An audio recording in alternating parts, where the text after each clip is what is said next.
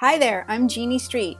It's my life mission to connect you to your soul's truth and to the miracles that will heal all the broken pieces from within you, causing you to feel alone in your life. We live in a world that has taught us it's okay to live as if we're separate beings from God.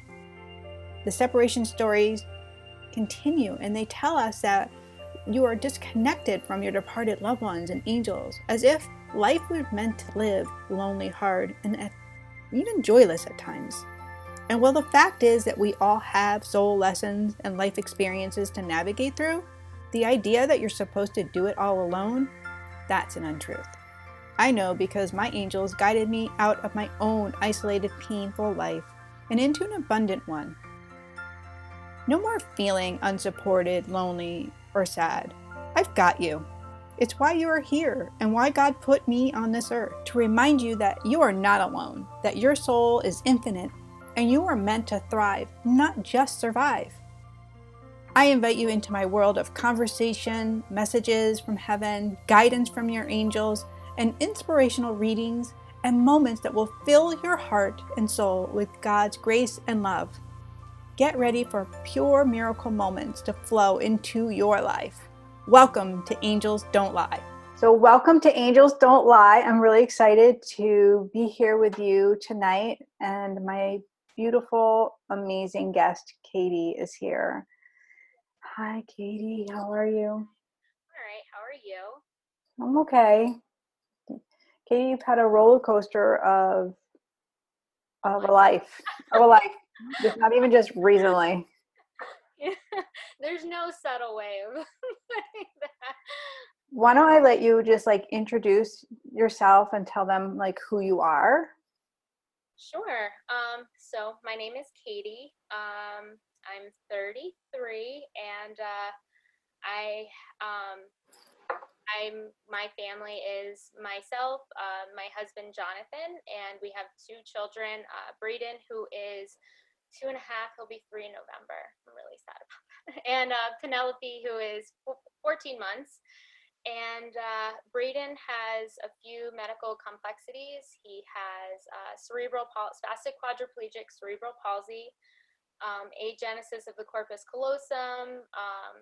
He was born without ACLs or kneecaps, and he's a tough cookie. And Penny is our little miracle spitfire. She was quite the surprise, and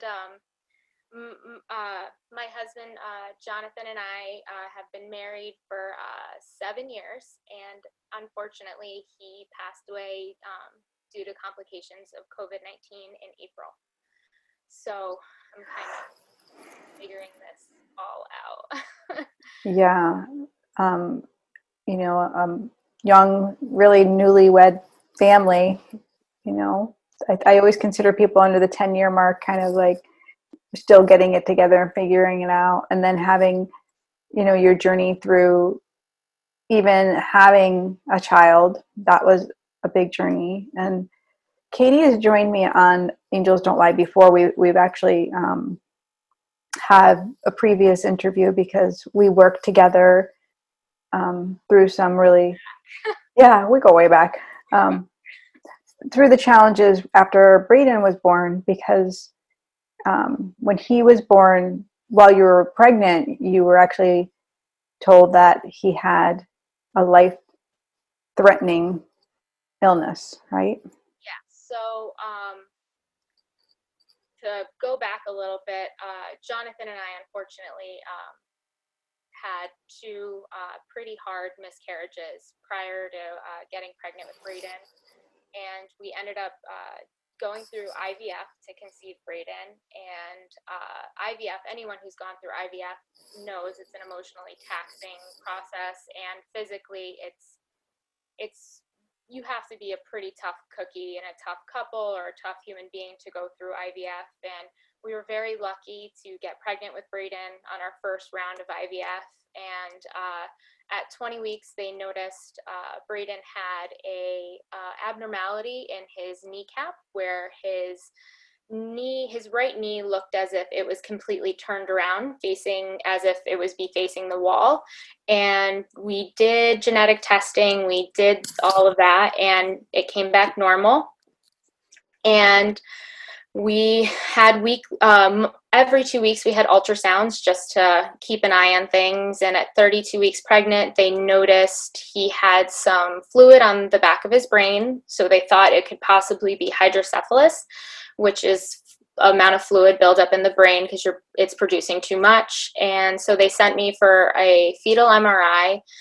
And that night, we got the phone call that Braedyn originally had the diagnosis of something called lissencephaly, which is an extremely rare, pretty devastating neurological condition. And they prepared us that he was not going to survive birth. So Jonathan and I had to make plans for what our path was going to be if Braedyn was born alive, one, and two, if he was going to survive birth. But kid's a lot tougher than most adults. So 2.5 years later, he's here. Yeah, so you had some miracles along the way, for sure. But even the journey for you and Jonathan to come together as a couple, like that wasn't like, if we like even backtrack to where you were then, like when I first met you in college, you know, Katie and my daughter Lauren were very good friends, and you had gone through a loss of a boyfriend. Yes. So I had dated my college boyfriend, Sean, for about 3.5 years. And he started having the last year of our relationship, started having pretty significant health issues. He had epilepsy, and it just kind of got out of control with other typical things. He was 22 when he passed away. He was a typical 22-year-old, but his body just couldn't handle being a typical 22-year-old. So the things that everyone else could do, because he had epilepsy and things like that, his body didn't respond very well to, and he ended up passing. He ended up passing away from necrotizing pancreatitis. His pancreas basically exploded, and he ended up falling in the bathroom, and it cut off his airway. And they did not have a key to get into the bathroom at the dorms. So by the time I got there, they had just taken him out of the bathroom, and he was on life support for about 3 days, and then we said goodbye. So it's going to be 10 years since he passed away in November. One of the first times that we came together to do like a little work together, with after you had Braedyn, and Braedyn was, I think he was not 6 months yet, but yeah, he was just barely, like, I think probably 4 or 5 months. Yeah, and Sean had come through in a reading. Like he came through for you and showed up some, you know, just kind of showed his energy and kind of guided, offered some love for you and support for you, what you were going through, and just like a reassurance of like how things were going to be for you, which I thought was interesting because we were there just for Braedyn. Yeah, Right? yeah, exactly. Yeah. But you know, I always say, like, if we're open, like God has a plan, and our loved ones who want to come through will come through if we're just open, and you just see what shows up, and it's kind of insane. But can you?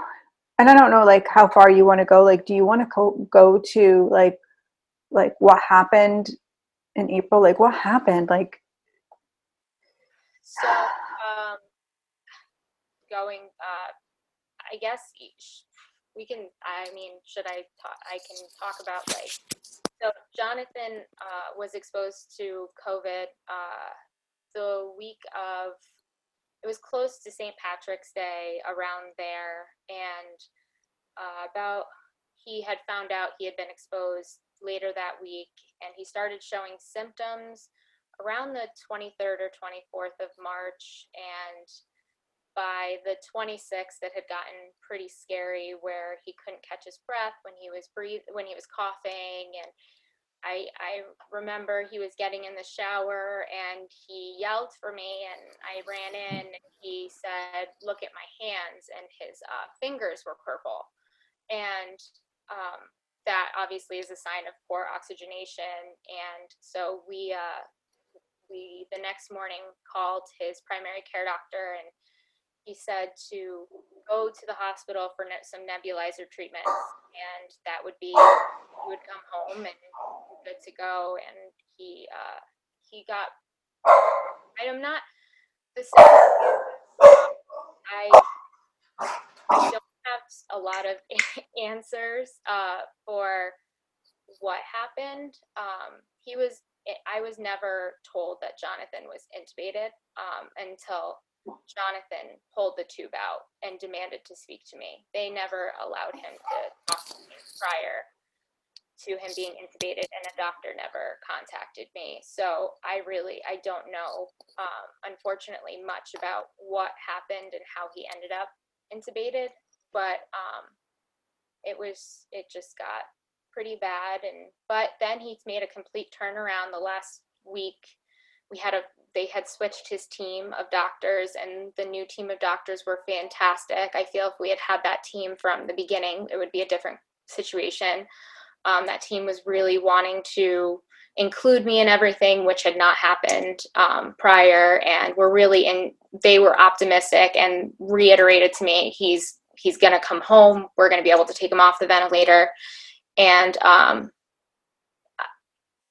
not sure why, but doctor made the call to take him off the ventilator early, and Jonathan went into cardiac arrest as they were trying to reintubate him. And so you were home with the children who had COVID as well. Yeah, so Braedyn and Penelope both tested positive. I was never tested because it was during the beginning of the pandemic, so there was not a lot of testing available.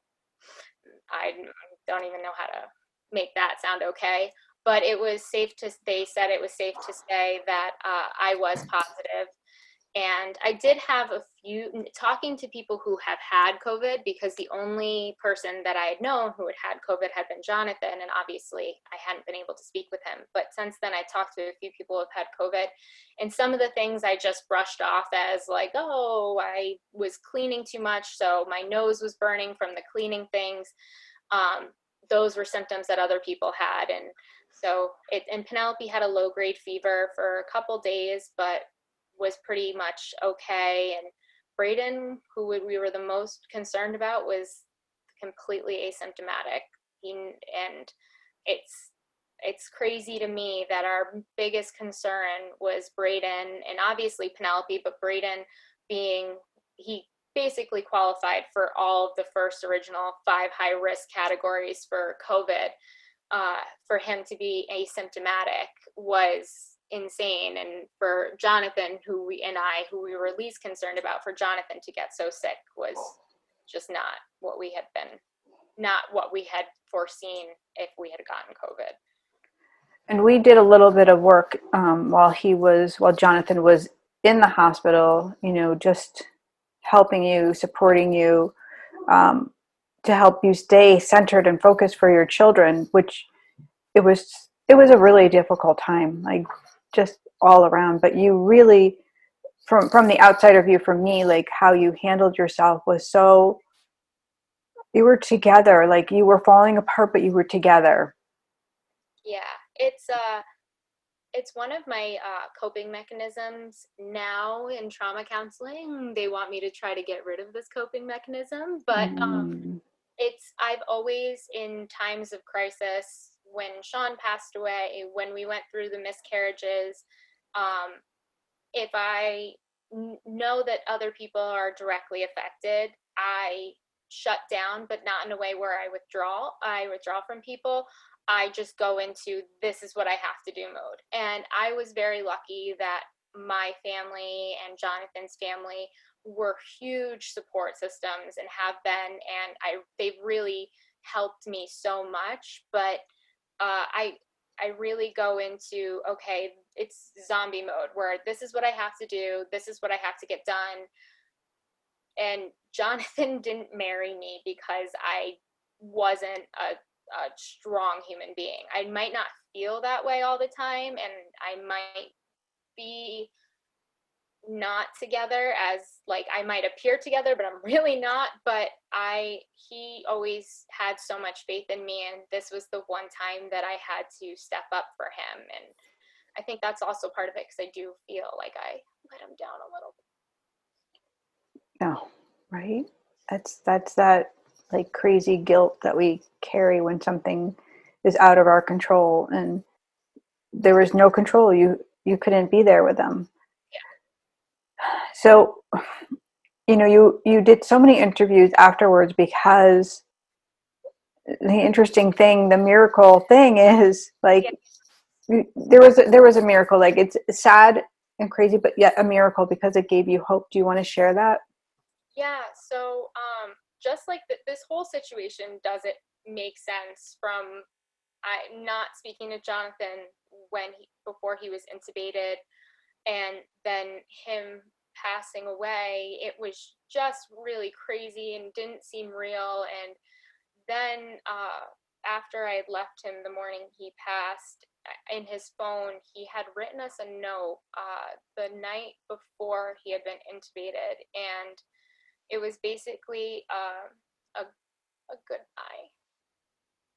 Um, it was a goodbye note, and it doesn't make sense because we had been speaking that whole time, and I had been contacted by the social worker that day saying that Jonathan was going to be released on Monday, or that next day. I think it was, I don't remember, but the next day, that he had been doing pretty well, but he was just riding it. He would just ride it out. So there was no indication that he was headed in the direction he was headed. So I don't understand why he wrote the note, but he did write us a note. And that morning he passed, I shared it on Braedyn's Facebook page, and I didn't think anything of it. I thought it was kind of crazy that he wrote it, but I, in my grief and delirium, just shared it. And a friend of ours is friends with a reporter from BuzzFeed, and she asked to do a piece on it,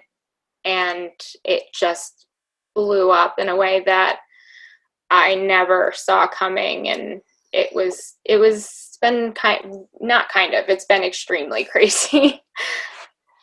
And I feel like the pieces coming together of what was in that note was, Jonathan saying, I'm going to still take care of you, right?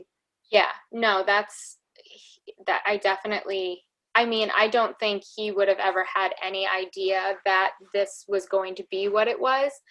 I think he thought, if anything, it was going to help me not feel.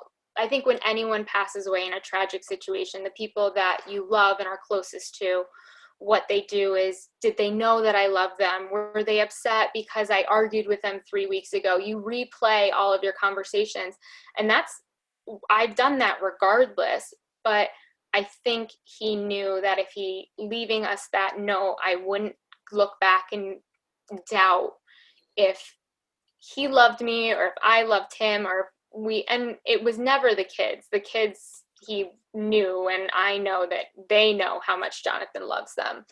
But I think he knew that I would need some sort of reassurance, so I didn't doubt myself. And he definitely gave me that, but it's definitely turned into something much more, which it's crazy, but I'm really happy that Jonathan is getting as all the accolades for being a superb human being and husband and father, because he never gave himself enough credit ever. And now the whole world is giving him credit. So he deserves it very much so. And the support that you're receiving and to go forward, like, you want to talk a little bit about that? Like, I can't imagine like what your everyday is. Yeah. But what's fueling you to keep going? The kids, that, I mean, I think, and I don't say this in a way to sound dramatic or melancholy, but I think if we didn't have the kids, it would be a different situation. Because you go to not good places, and I still go to those places, but the one thing that keeps me going is what an injustice and how unfair would it be to Jonathan for me to give up. And even though I want to, I can't, because I know that he would want to be, he deserves to be here and he would want to be here. So I would be doing the greatest injustice to him if I didn't stay. So for the kids, like, be the best mom I can be. And that's really my only priority right now, is being a good mom and being here for them. And you just shared something, and I love, following you on your Journey for Braedyn page, because you are such a brilliant writer. You just have a knack, like it's just effortless for you. And well, it looks effortless. But you just shared, this beautiful, intimate moment with Braedyn and his new chair. Can you share that with the listeners, because it's really heart touching? The little party. Yes, Yeah. yes. So my Braedyn finally received his wheelchair, which, it's kind of crazy, because most parents growing up, they're not like, one day when my kid gets his wheelchair, like, that's not what you foresee for yourself. But Jonathan and I looked at every single thing with Braedyn as a soccer game. Like, this is his big moment. Like, we always used to say, we would say top 5 parenting moment. And we were so looking forward to Braedyn getting his wheelchair, because he's so ready to be independent. And he finally received it. So it was very bittersweet day. It's hard he's not here, but it's so exciting for Braedyn. And we went to my in-laws, and with my sister-in-law, brother-in-law, and Oliver, our nephew, and Donna and Al, my in-laws, bought a cake that says "Keep on Rolling, Braedyn," and it was basically Braedyn got his wheels party. And they also had shirts made, which my mother-in-law just got. So we're going to be taking pictures with them this weekend, that says, like, "Rollin' with Button." Mm-hmm. And we called Braedyn Button because he's our buddy Braedyn. And it was a very inclusive party. And the one thing that I love is my sister-in-law and brother-in-law, and my sister and my other brother-in-law, my nephews are the same age. They're 5 and almost 5. And they have questions. They want to know, why does Braedyn eat through his tummy? And why does he wear stickers? And why does he have a wheelchair? And both my sister-in-law and my sister and my brother-in-laws are so into making it a normal thing. And my in-laws and my parents and even our friends are so into, like, oh, that's just Braedyn. This is what he does. And I think the world lacks that so much in so many different ways now, that seeing my family really embrace it. And when I say my family, I mean Jonathan, they're my family. It's so nice. And I mean, our Jonathan and I, we used to say we were on Katie and Jonathan Island. And when we had Braedyn, our focus was him and him only. And we were very private. We shared with Braedyn's Facebook page, we shared what we wanted to, but we were very private with everything else. And we really didn't even include our family and friends, just because it's a lot. When you're a parent of a medically complex child, the highs and lows, the highs are fantastic, but the lows are really, really hard. They're really tough. And it's hard on your marriage. It could go one of two ways. It either makes you stronger or it destroys you. Luckily for us, we became stronger. And then you throw in our pleasant little surprise Penelope, and you have 2 kids under the age of 2. And then I had an accident with my hand, and it was just, the last 3 years have been absolute chaos for us. So we never really allowed our families to be a huge part of what our lives were like. And now they've become very, very much a huge focal point, and just making it normal, which it should be. And it's fantastic. It's awesome for Braedyn, and it's awesome for our families to kind of just it's just Braedyn. It's normal for us, which I love. And it's interesting, like we make a plan. I always say this, but then God has a different plan, right? Yeah. Like you said, like you were trying to hold back and keep things private, and clearly you're on Anderson Cooper, and And like my buddy Anderson, and yeah, no, that's it. That's been the craziest thing is everyone's like, oh, you're so good at public speaking. You're so good at this. And oh, you're just such a people person. But like, you know me and Lauren knows me. Like that is the complete opposite of who I typically am. But I feel like my mission right now, and my mission before this happened, was I wanted to help other families with kids who are medically complex, because it is extremely lonely, it's extremely scary, and a lot of times all you have is Google, and Google is your worst enemy, but you're still going to do it. So I really wanted to try and help as many medically complex families as I can. And now where we've unfortunately ended up, if I'm going to do anything, I'm going to spend the rest of my life making sure somebody doesn't feel the way that I feel. And I'm never going to not let people know who Jonathan is. yeah. So I have forced myself to become more out there, and it's scary because for every good person that is positively affected by our story, I'm sure Lauren can vouch, there are a lot of hateful messages, COVID is a very hot topic, unfortunately, and people feel so inclined to attack me, my husband, and my family regularly. And so it's definitely scary and tough, but if I can help one person and one person is affected by our story, I'm going to keep doing it. So Yeah. until people get really sick of me. It's interesting because the opinions are so, people are owning their opinions like they have to share them, like they have to get this out of them, and it ends up being very judgmental. And Yeah. you're good. No, go ahead. I was gonna say, you're such a sensitive gal, like you just are. I know your energy, um, that it's hard to have that exterior armor up, because you want to be with, like, you definitely want to move with energy and feel like that you're serving, but haters are going to hate.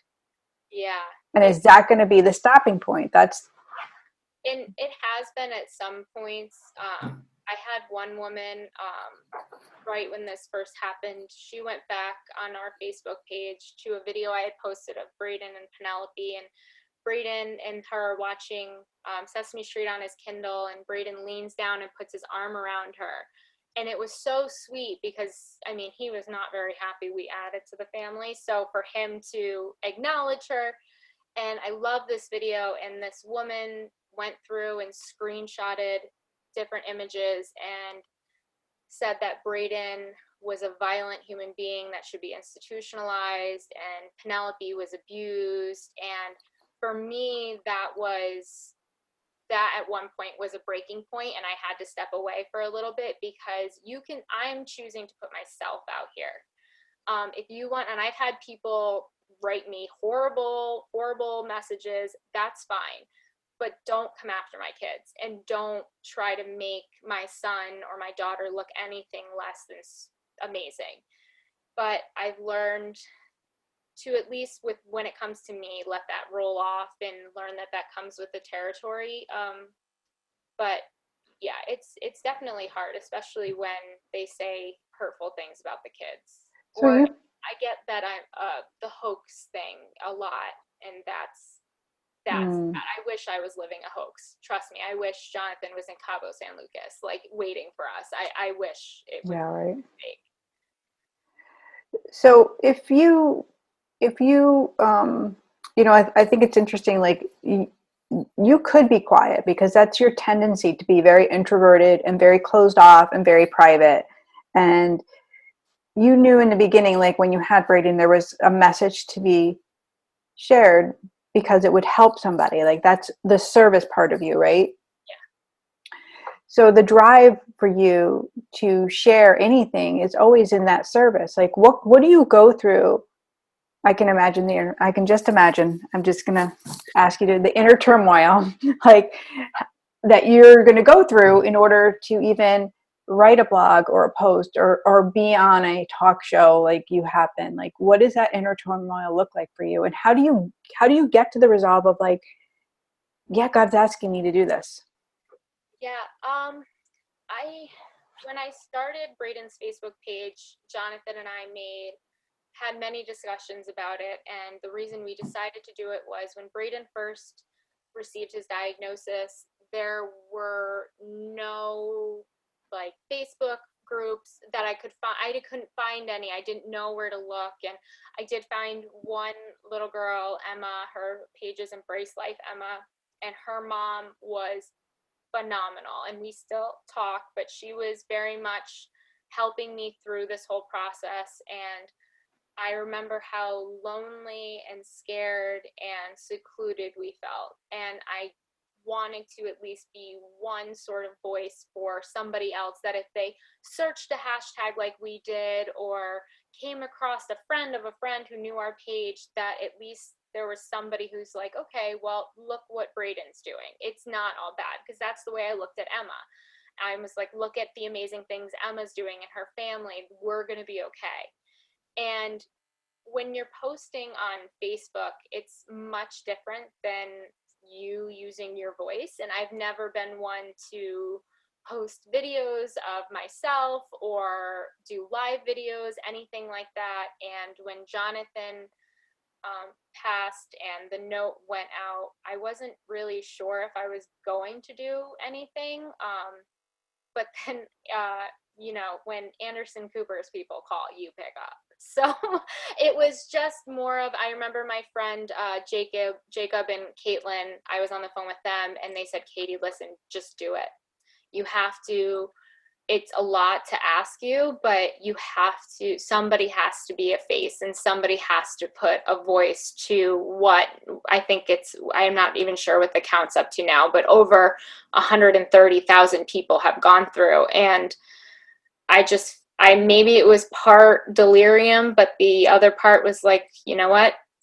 Somebody needs to speak for these people, and I'm going to do it. So, and it sounds ridiculous. I feel like I sound ridiculous 90% of the time and like full of myself, which is the part that's the introvert. But I just want to help people. And if this is the way that I can do it, I'm going to do it. So even like I watched that interview and I first off I also know that you didn't pick up the phone for other people. Like you didn't always answer the phone right away. Like you Never answer. yeah, like you were like, wait, what do I do? And it was uncomfortable. It was an uncomfortable space because you just lost your freaking husband and you couldn't have a funeral and you had to go to the hospital and you had to do things that were nobody should have to do. Yeah. Yeah. I think, personally, for me, I'm almost thankful that we couldn't have had a funeral. Jonathan wouldn't have wanted the kids and I there and being sad, and he would have wanted us to try and be as okay as possible. But it's one of those things where you have to feel like something was pushing me in this direction, because it doesn't make sense, because it is so out of my character. It is so just not something I would typically do. And I just sort of gave in and was like, okay, I'm going to do this. But I had absolutely no idea that it was going to turn into this. And I think it finally kicked in when like I had the producers from the Ellen show call me, and then I was like, whoa, this is really becoming something huge. And it doesn't make sense, because it's just not typically my MO of how to do things. So Yeah, and your interview with Anderson Cooper, like, clearly you were grief stricken, you were still shaking, like it was so raw, yeah.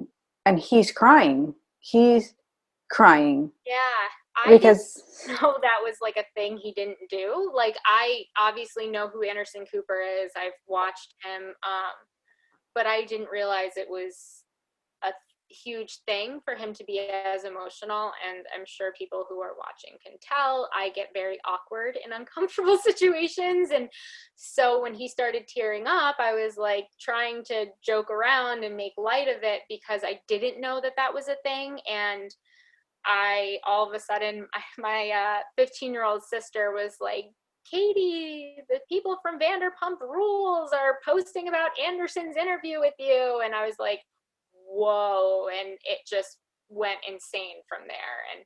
But he was so kind. He was so amazing, so nice. And he made me feel okay with being vulnerable, especially with him being so vulnerable. and now you're here in this space, and I think when Jonathan passed, it was like it was definitely a raw time. I mean, we were all living in a place of uncertainty, unknowing, and it was just not, it was unknown. We didn't know.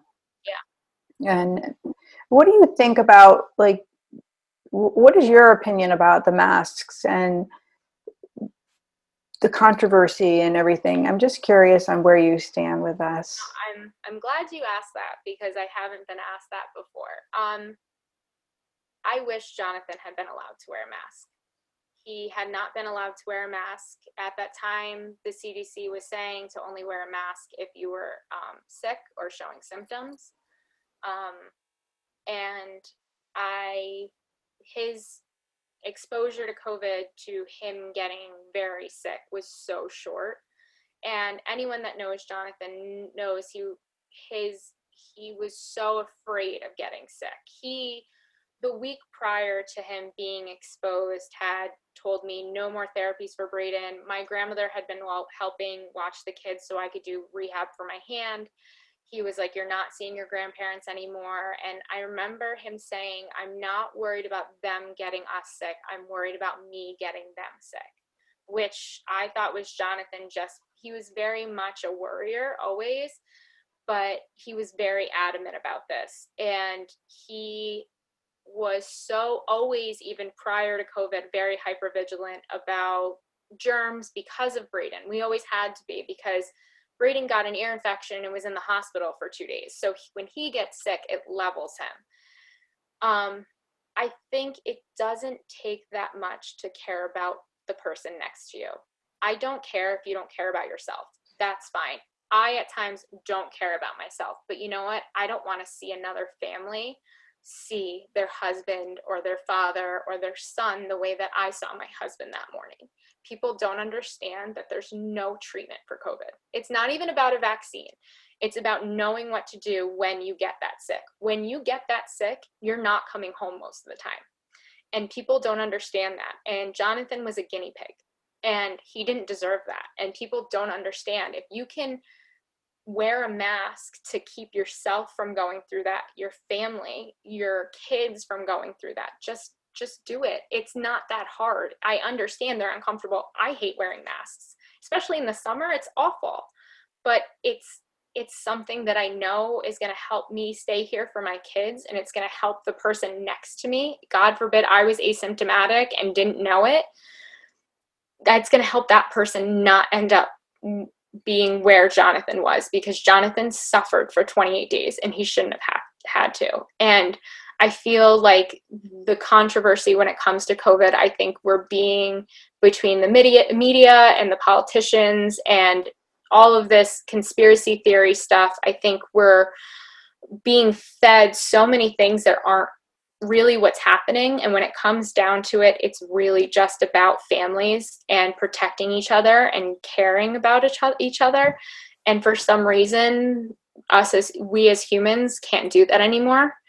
And nobody doubts, nobody makes light of, nobody tries to justify when somebody passes away from cancer, when somebody passes away from an automobile accident, when, you know what I mean? Like, nobody tries to justify that or say, well, this person died because of this, or this person didn't really die because of that. And I live in a world where everyone's telling me that there are reasons why my husband died, and there are people telling me that my husband didn't die. And telling me that I'm a sheep and that I'm part of a propaganda, when it's really just about caring about each other. It doesn't matter who or what you believe in, politically, spiritually, anything like that. It's about caring about everyone else.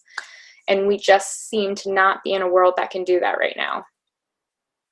Yeah, it's a dangerous space, right? Yeah, it's I don't, and I think unless you're directly affected, I know that if Jonathan had been even just lightly sick or had been asymptomatic, I probably would be brushing off a lot of the scary stuff that I hear about COVID, because when it doesn't affect you, you don't know.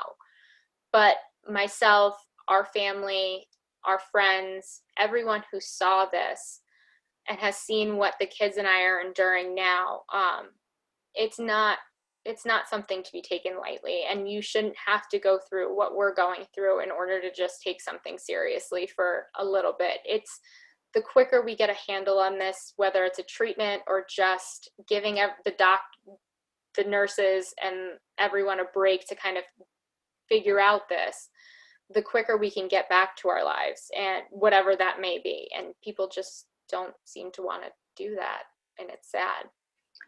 And now you are having to not only, deal with grief, but you also have to think about longevity with your son, special needs, about caring for him. And it's a 24-hour a day,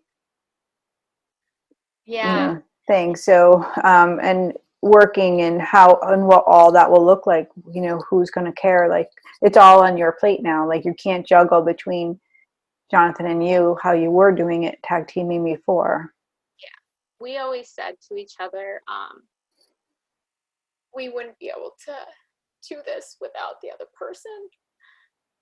So it's a little bit of a adjustment, and I'm so thankful that I have Braedyn and Penelope, and I love being their mom. But I think this is shaken up everything, where it's not only learning how to parent on your own, it's you have to start thinking about, like, what happens to them if something happens to me, who takes care of Braedyn.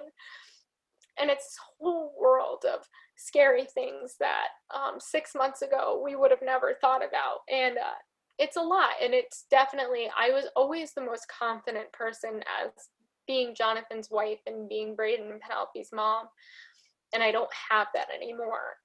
Not even being his wife, but as a mom, I feel like everything's kind of crumbled. And I don't feel like I have my life together as I did 6 months ago. And that's really hard, because I felt like I had a really good grasp on this the last 3 years. And it's just everything in my life my world's been turned upside down, and I don't really know which way is up. And it's something that I'm still trying to navigate through, and I'm not really sure how to do it yet. But I have a dear friend who lost her husband in December, and we were having a conversation recently, and she said, so many people, they keep saying, like, you make it look easy. No, and like they stay on it and they don't kind of let it go, and you look good. And she's like, I just, it's not that I want to live in a land of like, this is horrible and you should join me. And I am struggling. And I said, what if you just said, thank you, but this is a lot of work, like showing up, like doing like praying and meditating, all the things I have to do just to be here. And I appreciate you recognizing that. And she was like, I love that. That's like so super powerful. Instead of having to feel like you have to defend, like, wait, I look good, but I'm broken. yeah, I think one of my biggest things is I don't even say that. I don't really even say anything. I will, like, once in a while open up and be honest, but I feel like the moment I let anyone kind of know how bad it really is and how dark it gets, it's going to drown me. I think that's where your writing comes in. Like, for me, like when you are expressing yourself, it doesn't get bottled up in you. And then people are so moved by your words. Like, it just is such a powerful thing. And so I feel like obviously, like we've kind of worked together on the side. I do feel like that's where you're have been led, and God is saying like, come here, keep going, keep going. Does that fuel you? Does that fill you? Writing. Mm-hmm. Yes, and yeah, it's definitely difficult because it does force me to be vulnerable, and that's really the only place where I'm on a constant basis vulnerable. But it's definitely an outlet, and we are going to. It actually went live today, but I haven't posted any of my content yet. But I have we've started a website, and it's going to be a blog and a vlog that's going to piggyback off of our Facebook page with Braedyn, where that's really I want to continue to use that to help to focus on Braedyn and things like that and our family. But the website will definitely be a way for me to hopefully use my voice not only for myself but for others to kind of get a more of an idea of what I'm going through, because unfortunately there's probably many other women or husbands or anyone who's gone through something similar, and I'm hoping that if I can allow myself to be more vulnerable, that it might kind of resonate with them. So but it's hard for me to let that part out, because it's definitely, again, giving some of my privacy away, but also just forcing me to be human, which I'm not really good at being all the time. Well, you don't have to do this, but there's something that's kind of leading you there. Yeah. I don't know what it is, but it's definitely, I've felt like this is what I'm supposed to do. And I do feel kind of, there's the self-conscious side of me that feels kind of ridiculous for thinking that I'm that important, that people care what I have to say. But for some, I feel like it could do good. So I don't know why though. It's funny. I talked about this in my first book, The Goddess You. It was the same thing. Like it wasn't about me, or that being vulnerable or telling the story wasn't about like I think I'm great, but it was those God nudges. It was this quiet tone that was in me, just saying, no, speak it, because it will make a difference. And so when I got out of the self-criticism, just like kind of like it didn't make sense to me, but I started to listen and trust and follow, and one step led to the next, and then one God nudge led to the next. But for me, like that's where it's really important. It is about divine. It is about this soul truth. This is purpose of supporting our soul and the work of other people. Like it's not us. It's not you. Yeah, that's one thing. It's never, none of this is about me. And I mean, I get sick of myself. So, but I feel, Don't we all? Yeah. right? Like, but I definitely, if I feel as if, I mean, and I go back to, I, I feel like who Jonathan was as a person overall. He doesn't seem real because he was such a good, kind, really a pure human being, and those types of people don't exist. And I feel, and I've had so many people reach out to me that have said like, I would have never thought to write a note, but I put one in my phone for my family. And people being able to see that just being a good person, you touch so many people's lives. And I feel that's a huge part of the reason why I'm doing this is people deserve to not only be treated the way that Jonathan treated other people, but people should be the type of person that he was, because I'm not even the type of person he was, but I want to strive to be that type of person. And that's probably, it's never been about me. It's always been about him and Braedyn and Penny. And now it has to be about you, which is so interesting. Yeah, right. God laughing. Yeah, right. Right. You shared so much openly, and I just like honor you and thank you for being brave. I don't Like, feel it, but I appreciate yeah, it very much. I know. And I know it's not an easy space to be in. No, it's not. It's Is there a line from his letter that you hold on to, like a part of it that you just, um I think the one that's probably the easiest is like always be happy no matter what. I honestly, and I've said this before to people, I hate the no. I hate it because I'm so thankful I have it, which is what's hard, but I hate it because it's a reminder of the mind frame he was in. right? And I didn't know, and I wish he had told me, but it's also, I know that I would have never gotten it had he come home. So it's again just another reminder that he's not here, but they always be happy no matter what is something that I talk to the kids about, and we have in the kids' rooms, and that's something that's really important that I want to instill in them. So that really sticks out the most to me. Yeah, it's really beautiful. Yeah. It's horrible, sad. Like my heart breaks for you. But then there's like these beautiful parts that just, it's his legacy. Yeah. It's what he left behind, which is love. Yeah. No, Jonathan, he loved, I never doubted how much he loved me, and he never made me feel anything less than loved. And seeing him as a father, it was the same thing.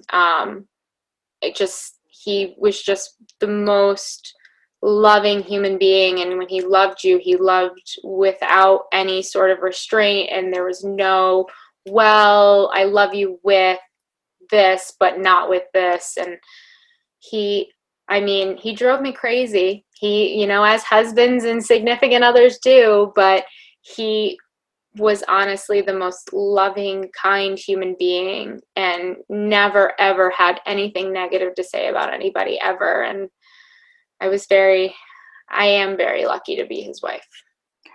I hope that you're seeing yourself in the eyes of love as well. Like, this is hard, and everything that you're doing, you're showing up for your family. And I hope there's this gentleness and supportive tone that you're carrying within you. I think I'll get there. Mhm. I I know, it's my hope for you. Yeah, no, I think anyone that goes through grief to this degree, you're not always the most kind to yourself, but also just the whole situation, as it was very chaotic. It was very, I wasn't able to be as involved as I would want to be. And it's hard to feel like this was my chance to do something right, and I know that I had no control over it, but it's hard to let myself really believe that I didn't have any control over it and that I did what was best for him. So I'll get there maybe one day, but um, it's a work in progress. Well, I'm going to still keep sending those positive messages and prayers your way. I And I'll invite people on Facebook. Like, if you go and hang out with Katie on her Facebook page, keep it upbeat. Like, send her some love, send her positive reminders. Yeah. Tell them exactly how to find you again.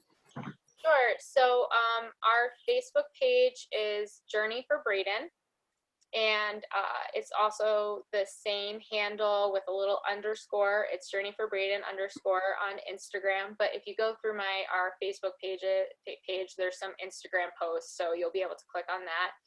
And our website is coelhojourney.com, and it's COELHO journey.com, and that's going to be more of a personal blog video sort of thing that is live now, but I am working on my first kind of blog entry for that. It will be slightly different, so people that do follow Braedyn who are going to the website, if you know me personally, which Jeannie does, my sense of humor can be a little sarcastic. So I'm writing more that way when I talk about my grief and my marriage and things like that.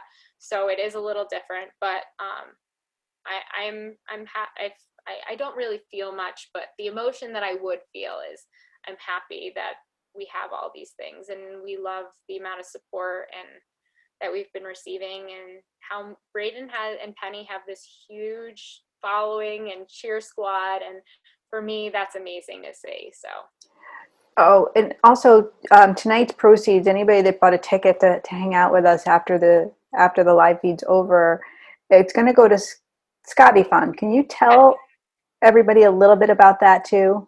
sure. So the Scotty Fund is a foundation that is started in the town of Bethel. The Anderson family, they're amazing.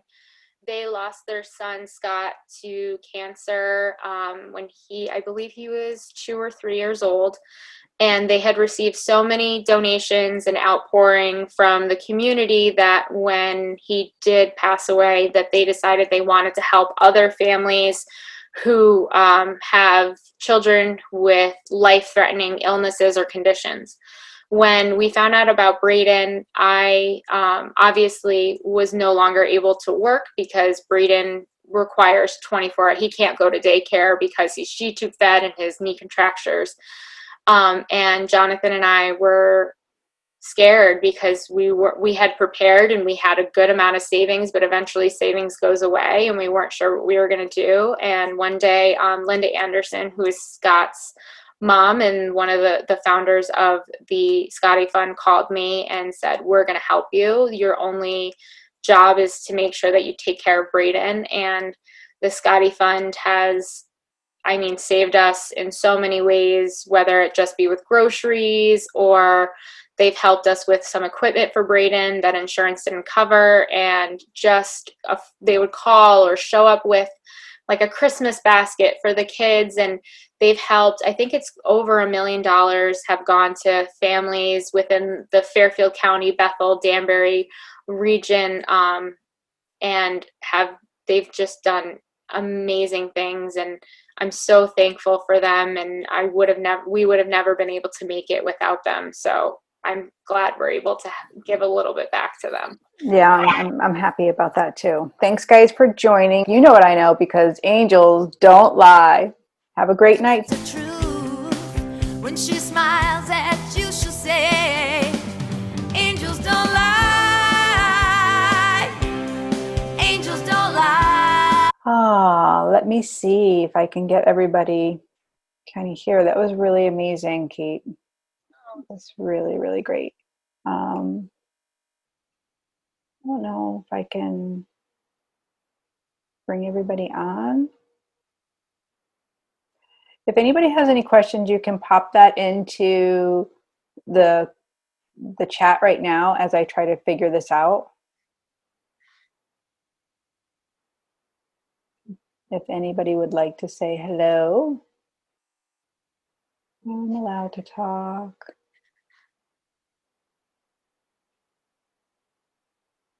I'm putting on allowed to talk, so if you guys actually want to talk, you can unmute yourself. Or did I shut you off? Yeah, you just have to unmute yourselves.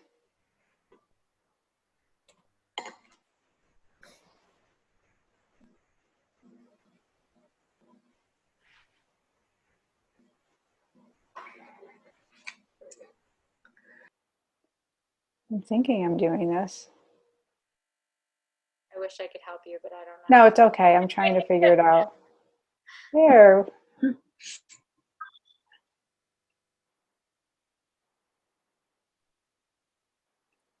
Lauren says she can't see me anymore. You can't see her anymore?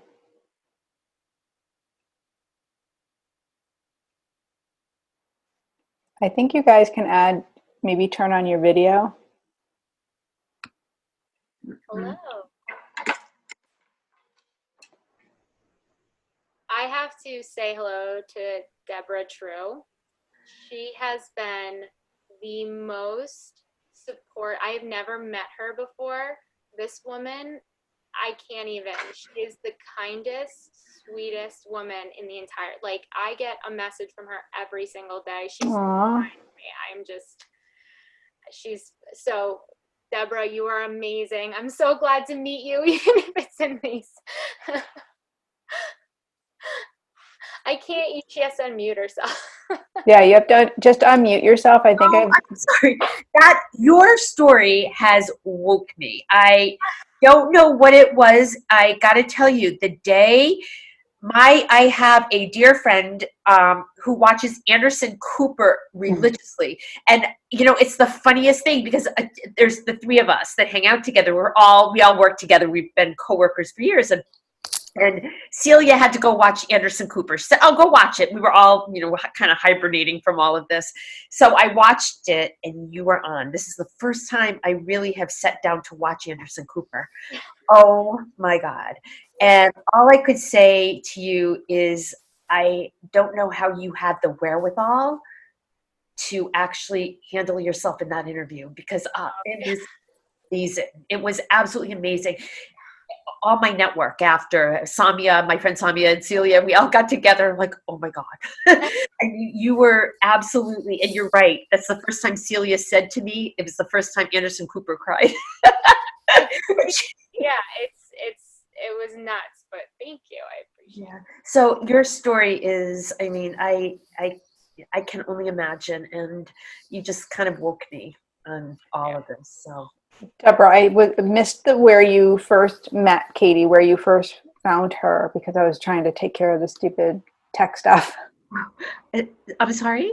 Where did you first hear about, or do you know Katie? Like, No. Oh no, I don't. I know I'm not please. I am not. I don't. I was just watching Anderson Cooper for the first time, and then she came on, and then I Googled her, and I was like, oh my gosh, I want anything that I can do, please, anything. But yeah, I know exactly. I had a friend a couple of years ago. I'm from Connecticut, and I had a friend a couple of years ago that I lost, and she is a young mom, and so it just resonated. It resonated. So thank you so much for stalking her and coming here. Like, I just it's the support. Like, great, Kate. Like, amazing. No, it's been. I mean, she's been so kind, and so many people have been so kind, and it's just been.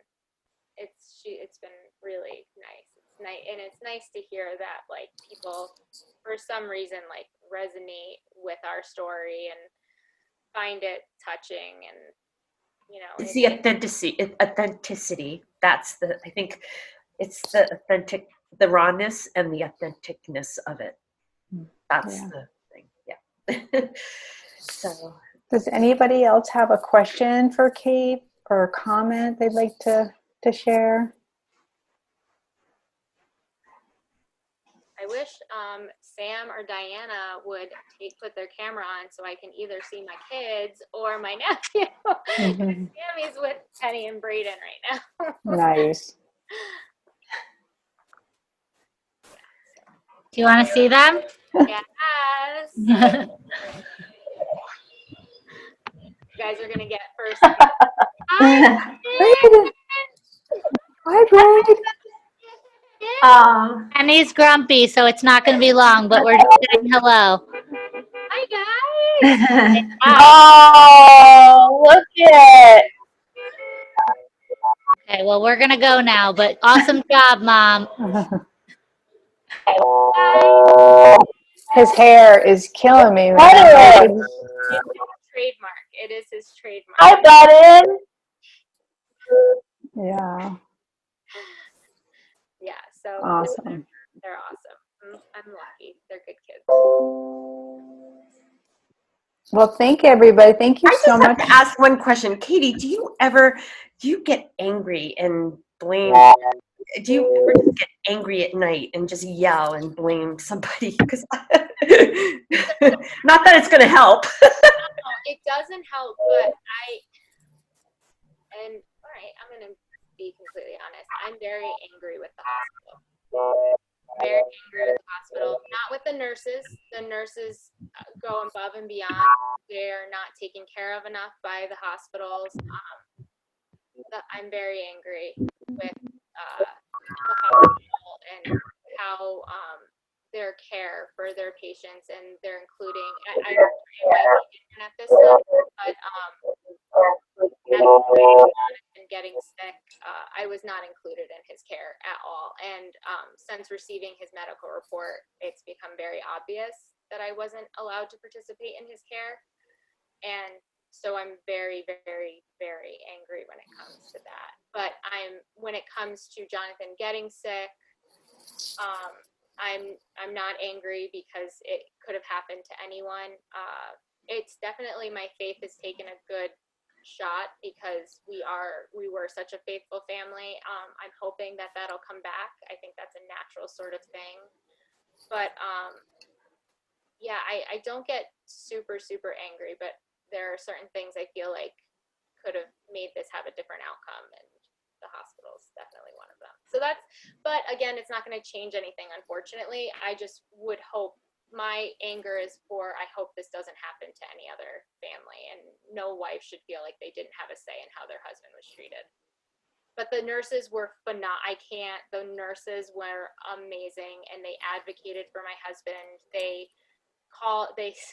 One of the doctors said, I called one day and they're like, oh, you're Mrs. Coelho, you're the one who caused the coup, because the nurses went into an uproar about Jonathan's care and had his care changed to another team, and they were our biggest rallier. So I can't say enough amazing things about the nurses, but when it comes to the hospital, I'm not happy at all. So that's where I get the most angry. Well, thank you again, Katie, and thank you everybody for joining and being here and supporting this beautiful woman on her one heck of a journey. Yeah. Roller coaster, I guess. Very grateful, Katie, for you to tell your story. Very grateful. Thank you. No, thanks for everyone listening to me. I mean, I find myself to be quite obnoxious. So the fact that other people take it and they want to know, and want to keep listening and giving us support, and just talking about it, talking about Jonathan, talking about the kids. I am just so grateful that people want to give us this platform, and hopefully, I just don't want anyone to ever forget about Jonathan. So it means a lot that everyone keeps talking about him. So, yeah. Well, you get writing about him and give us more, right? Oh, I plan on it. I mean, it's pretty funny because I'm sure Lauren told you, but we had a ceremony for Jonathan, a woman who he worked with, who is, her name's Debbie too. I think it's the name. Good people are Debbie. But she had Jonathan honored at work, and I was talking about him. They asked me to speak, and I was talking about him, and I made a joke that Jonathan absolutely hated attention. Hated it. And as I was saying that, one of the pictures of him flew over in the most dramatic fashion, and I was like, all right, drama queen, we get it. But it's, as much as he would be mortified at the level of attention that he's getting, I can't think of any person in the world that deserves it more than him. So I'm just appreciative that people want to hear about him and talk about him, and especially my kids, because I'm biased, but my kids are pretty cool. So, and they're cute. So I'm glad people like talking about them and seeing them. Oh, even though I'm not sure anybody wants Penny right now, because I can hear her, and Lauren, it's yours.